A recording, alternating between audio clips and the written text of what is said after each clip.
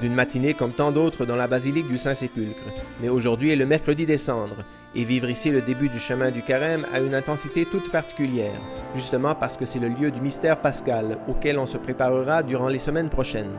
En outre, le Carême à Jérusalem est un parcours caractérisé par des célébrations liturgiques spéciales dans les lieux saints, et ici dans la basilique du Saint-Sépulcre en particulier. La messe avec l'imposition des cendres, célébrée le jour donnant le coup de départ au chemin vers Pâques, vit cette année une grande participation.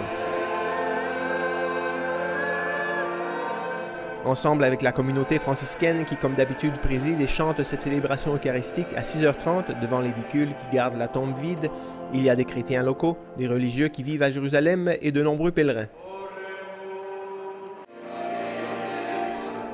Les chrétiens coptes prient aussi à leur autel, derrière l'édicule du Saint-Sépulcre.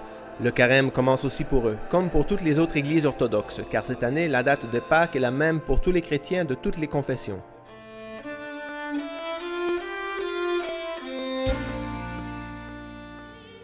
C'est le mercredi des Cendres, aussi à quelques mètres du Saint-Sépulcre, dans la paroisse latine franciscaine du Saint-Sauveur, où se sont donné rendez-vous les paroissiens, mais aussi de nombreux enfants et adolescents des écoles de la Terre Sainte. Il y a tant de participants qu'on a organisé 2 célébrations. La première est présidée par le père Ibrahim Faltas, économe de la custodie à 8h du matin. Tous les chrétiens d'ici, également les jeunes, ressentent bien la période du carême. Ils ne manquent pas de participer au moins aux célébrations les plus importantes de cette grande période de l'année liturgique. Les enfants participent aujourd'hui à la liturgie bien préparée à l'esprit du carême et à ce qu'il faut faire pour bien vivre cette période, avec les 3 pratiques de piété, prière, aumône et jeûne. Nous devons nous confesser et prier.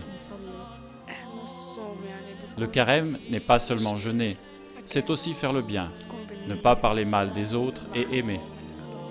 Les élèves sont invités aussi à faire des gestes concrets. C'est beau de vivre le carême ici dans la terre de Jésus. Chaque année, nous prions et nous aidons aussi les familles qui n'ont pas de quoi manger.